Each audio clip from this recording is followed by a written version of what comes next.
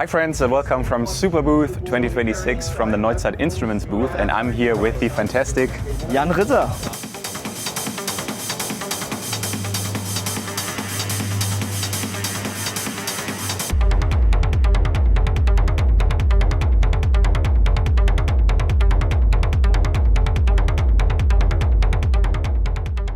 an amazing live act who has been performing here on the booth actually all days of Superbooth.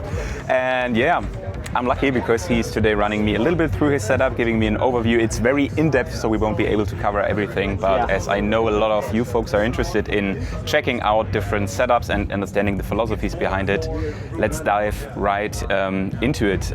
First question I always ask, kind of like, because every artist has a philosophy of performing, what is your thought behind your setup? It looks very complex, but I think there's a lot of idea behind it, right? Yeah, so there's a whole theme through it, and if you know me, I come from a long producer background. I've been producing in Ableton for over 20 years, and because I didn't want to not have the features of production, which is enabled, like the whole macros and mapping system, and have control over every parameter, have an EQ on every track, I kind of wanted to have a modular system that has a total recall. And I feel like this is as close as it gets nowadays, and I feel like this is the future of how live music will go, especially in the modular realm. Yes. Okay, that's interesting. You mentioned already the modular, but that's not the only thing. I mean, obviously you use it to perform, but also here you have two MIDI controllers, two drops from Neuzeit Instruments, and also the Push 3 Standalone from Ableton. Maybe we start with the two controllers. What actually are you controlling with these controllers? So on my main page where I perform, I have 8 tracks basically that I need for my production style, and it starts, because I'm doing techno, with a kick, of course. Not any kick, with a rumble kick. It's a boom from Ohmforce. Also again, because I'm a producer, I have been using Neuzeit in the past. I mean, in my generation a lot of people did that. And I saw this once on the Superbooth and I was sold and knew, okay, this is the kick that I want for my setup. And it didn't let me down. I'm really happy with it. But I'm not going to get into too much detail because we wanted to do a really quick one, and I try my best to keep it short. So we have kick, we have hi-hat, we have additional hi-hats too. We have here the wig X, and then we have the Neuzeit warp, which I can control here. Then the next voice is the brains, which is a plates clone. So for any out there, I guess know the plates. Yeah. How is it sequenced? It's sequenced by these ones. That's the next step. So next one is the ballista blast, and here I have still the new Godspeed by what are they called? I forgot about. It doesn't matter, it's not so good. Don't get it. Basically, to wrap it up, it's like drums, like kick, hi-hats, clap, and synth voices. Yes. Okay. Yes.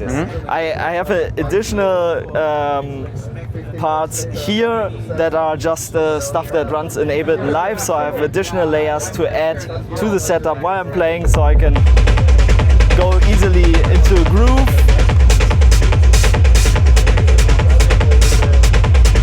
So yeah, and everything. And these are just loops basically playing in Ableton? Yes, they are actually right now, these are stems from tracks that I already released, because I thought like, okay, I'm not a big fan of using the same loops from any kind of sample library all the time, because then it's hard to find an own identity as an artist, I feel like. And here you have the possibility to just have your own music that you already created, where you put a lot of energy and thought into, hopefully, and not just stole something from somebody else, but maybe even sequence something in a modular or in any other analog gear. So why shouldn't I use it in my setup? Is it cheating because it's a loop or not? No, absolutely not. Right. It's actually, but you know, sometimes you think about like. But honestly, I think that's the same thought I have right now with my setup, because I'm currently playing my tracks as they are. I remix them a bit live, which is fun, but I want to go exactly in that direction, that I have stems from my tracks that I can remix in together and blend in with some elements created completely live. I think that's a great middle ground between completely improvised and relying on some of the material you already have, because it will still sound all the time different. It's still a live performance, and I think that's a great idea. Yeah, and I started with doing it for one track because I didn't have much more time before Superbooth. Short notice, but the plan is to actually have all my tracks in the sessions and having them always on the same layout, on the same faders, but triggering the scenes to change stuff or just have the loops. I'm still working on it, and I feel like a live set is always like a living being that has a life to its own, and at some point the decisions that you made in the first place, you question them, and then you change your mind, and it's a process. It's a process. It's a living and breathing organism that evolves over time as you as an artist evolve as well. Okay, cool. I think with the second drop you control also some of the modular, right? That's true. I have a modulation matrix here that I built myself. You don't see it here, but I can send you the picture probably. Maybe, I don't know yet. No worries. But it's a very cool little patch that I built here, and basically wipe coded a module for the meta module. The meta module itself runs virtual modules, like VCV Rack. Some of you might know VCV Rack, and this is basically, it runs VCV Rack modules. So I coded a VCV Rack module that I coded in a way that it works for my setup, so it does what I want. And what I wanted is a way to have a modulation matrix for, not a modulation matrix, but a matrix mixer for my modulation. So I can distribute all the CVs, like the sources, like the LFOs or these ones or others, so I can route them into this meta module and then distribute them over the whole system. That's very clever, because I think with that you don't need to repatch so much. You can just do it. I never repatch. Okay, like, great. Yeah. I set this up and I create presets. Nice. And that's my used workflow to have like synth voices that you create in Ableton, for example. But here I mix everything up. I use the best of both worlds. I have very little to none distortion modules in the rack itself, but on the Push 3S, I can counterbalance this because I have all the freedom that Ableton brings you with raw, with saturator, with overdrive, with pedal, like all the good stuff. And so I didn't find the necessity to overdrive analog. Makes total sense. Which some purists might say, how dare you, but I challenge you to listen to this and say, oh, it sounds so digital. No, I don't think it sounds digital. It can sound very dirty. We talked about sequencing. How do you sequence your synths? So I have multiple kinds of measures how to sequence stuff, starting with stuff that incorporates pitch and gate. For example, all the voices here, they are by default synced and not synced, but sequenced by these two sequencers. This Seaside Modular Proteus, and on the other side it's a Qubit Bloom V2. Both are algorithmic sequencers, and I'm a big fan of semi-aleatoric sequencers because they bring life into your set, and they can surprise you. And sometimes it will sound shit, but that's part of the joy, because I feel like I always see it in the face of people. They're bearing with you, and when you find a way to make a shitty sequence sound amazing, they are like, oh yes, he did it. And you see it in their eyes, you know. And I feel there's no more joy than having the joy that people understand what you are actually doing there, that you're putting a lot of work into it while performing.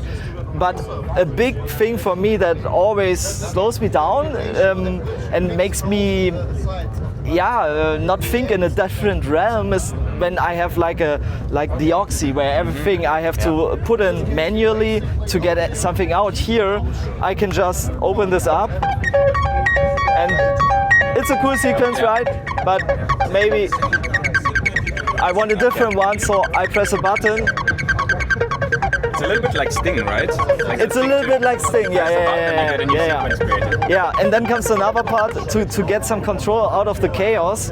I then process the pitch information through the Schachmatt's Bart quartet here, which is a 4-channel quantizer, and so I can limit the keys that basically gets outputted through here and sent to the voice. Because techno, like if I enable all of these, right? Let's do it real quick for this voice here.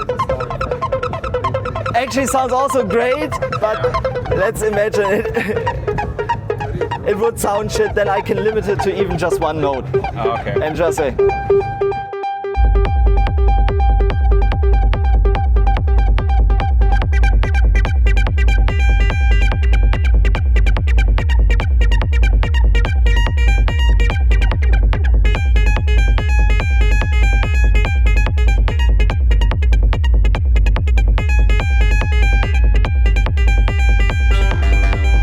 That's where I can actually jam with the sequence, like alter it after the fact that it has been generated in a way that I like it to be fitting to my genre, and that is most of the time not too much harmonic movement. Yeah, okay. I get it. Because it's techno. Yeah, no, that makes a lot of sense. The quantizer, that's a brilliant idea. It makes it very flexible to generate sequences and to then interact with them. Yeah. And this is true also for every voice, of course. Like every voice has its own quantizer channel, which I can then change up and process it through there. There's some things planned that aren't there yet, and I'm not going to comment on, but it's gonna get even better than that. Okay. Yes. Cool. Great. We didn't talk so much about the Push 3 standalone. Yes. You have it here. Maybe it's a little bit outside of the frame, but here's actually a Push 3 standalone sitting. Push 3, what does it do? You already mentioned that you do some of the mixing of the Push 3 with kind of like on the channels, like adding effects like raw and stuff. What else do you do with the Push 3? So in the beginning when I got the Push 3, like the main thing I used it for was actually just mixing, because I wanted to have more space for models that I like to play with instead of having it to waste for a mixer. Because I always planned on using some kind of MIDI controller. In the end, it was the Drop which checked all the marks for me, where I said like, okay, that's the controller that I want to use for my live performance. But I wanted to have the freedom to make like big modules into my rack, like the Wig X, which is really big. I don't know why it's not playing right now. Oh, you need to? No, I don't on this one, but maybe I've something up. Okay, yeah, never mind. But to have like all the modules that I want in my rack, and not have to negotiate, oh, I need this for mixer space, so I can't have anything fun down here. And also I wanted to leave it compact so I can travel with it still, because otherwise I would have to need an even bigger rack, which this one is already hard enough to go to gig with. So so I have a Expert CPAS ES6 and 7 here, which transforms the analog audio into digital, and through light pipe wire here through ADAT in on the push, I transfer basically all the audio of the voices that live in the rack into the Push 3, and there I can do whatever I like with it. In the easiest way, it would be to just have a mixer. But obviously there are more stuff you can do with that, especially if you go into some crazy devices where you can maybe drive it. Add some tape. Let's see if the audio level is just not clipping. It's good. Okay. So but what I do here now, I process the whole basically group of the modular. So that's cool. Oh yeah. I guess the news is on gnarly. You can go in so many directions with this, and that's what like I wanted to achieve with the whole setup, is just to have a very flexible setup, because I'm a crazy person who likes a lot of kinds of music genres. This is my main genre, but at some point I also want to incorporate other genres and be like genre fluid as possible. Yeah, Gabba put the tape all the way up. And Yeah, and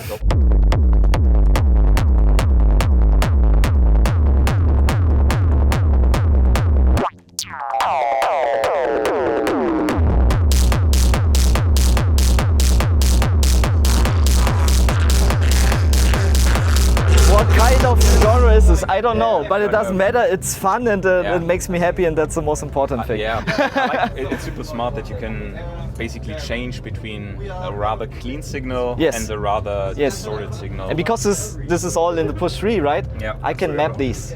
So I could make one preset that I can trigger with the drop to be Gabba, and the next one is clean hypnotic techno. Cool. So you don't even have to go here. And No. It's just fun to play around and find the sweet spot. But I feel like, especially like with the distorted kicks, it really depends on what kind of kick you're sending into the distortion. How much distortion does it actually need before it's too much? Yeah, makes sense. So let's dial this back a little bit here and see if it sounds good.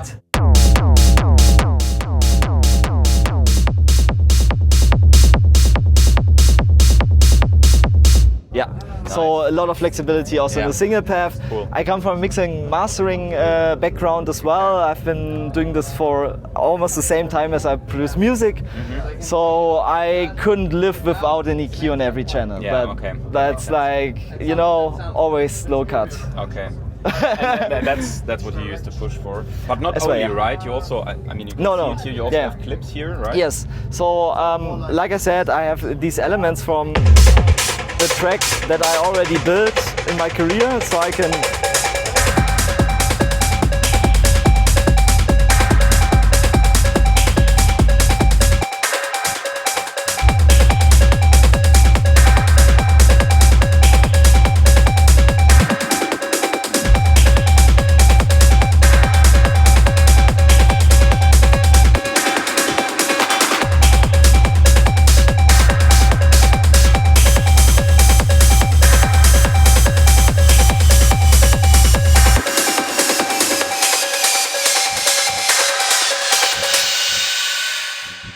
Great. Awesome. That's really cool. So basically adding already pre-recorded elements together with the... Yes, but you could add also other stuff. I just wanted to keep the session like the processing power of each track as light as possible, because it's limited on the push 3. Yeah, of course. And if you're using like something like Wavetable, that will eat up your CPU really fast. Oh yeah. I mean, maybe you have experience with that. Yeah, definitely. I actually rendered all of my tracks that I just use as loops. I just put them to audio or bounce them to audio because it's just because of the processing.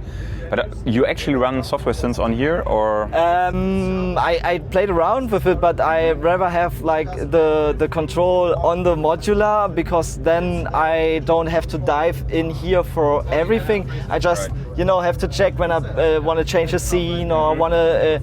I play also other percussion loops and stuff like that also on here, not only the not pre-record, but the stems of my own tracks, but also percussion loops that I generated over 20 years. Okay. So but to have synths here would then mean that I need to use these quite a lot as well to change them, or I have fixed mappings. I'm never saying never, and the possibility is there, but right now I'm more fixated on having this here as a focal point. And also to separate, I mean, sometimes it makes sense in live sets to keep things easy performance-wise, to separate it. 100%. Kind of like this device handles this and that, this device is for this and that, and here we have some other space. So it makes, for me, total sense. And also to not lose kind of like completely oversight on what's going on. Yeah, especially if it gets as complicated as this. Then I want to have a clear like structure, like what is controlling what. So I don't have to troubleshoot what is happening now. I have another synth voice playing. I know when I hear a synth, it's probably like 99% it's these, and not the push. And if you add that now there, you confuse yourself while playing, I guess. Like that was the idea. But on the other hand, you could just say, I didn't find the time to do it yet. Because if I have the time, I would do it probably. Cool. No, that makes a lot of sense. But we have 50 tracks here in the session already. And if you imagine like I said, I'm doing a lot of mixing, like EQing and stuff, and also a little bit of compression. I don't want to get like in the situation where I have to decide one more track or one EQ. Yeah. You know, one more synth or one more. No compressor, stuff like that. I don't want to question. I'd rather have a really cool sounding set. That's for me, because I'm a sound enthusiast. You know, I appreciate good mixes. That makes total sense. Yeah. We just realized that this camera here died, so our last talking was inside this camera, not really, not really being recorded. No. So we just wanted to say it's all a little bit chaotic. It's Superbooth. So I want to say big thanks to Jan for showing the setup. It was really amazing. I got a lot of insights for my setup. I hope a lot of other people did as well. And thank you so much for showing the setup, and can't wait to see and hear more about it. Yeah, hopefully in a soon future on the dance floor, on a stage. Absolutely. And on a big sound system, because that's what this is made for. Awesome. So if you have any questions, drop them in the comments. I'll make sure to pass them on to Jan, and have a great rest of Superbooth. Yes, thank you very much. Yeah. Bye bye. See ya. Bye bye. Ciao ciao. See ya.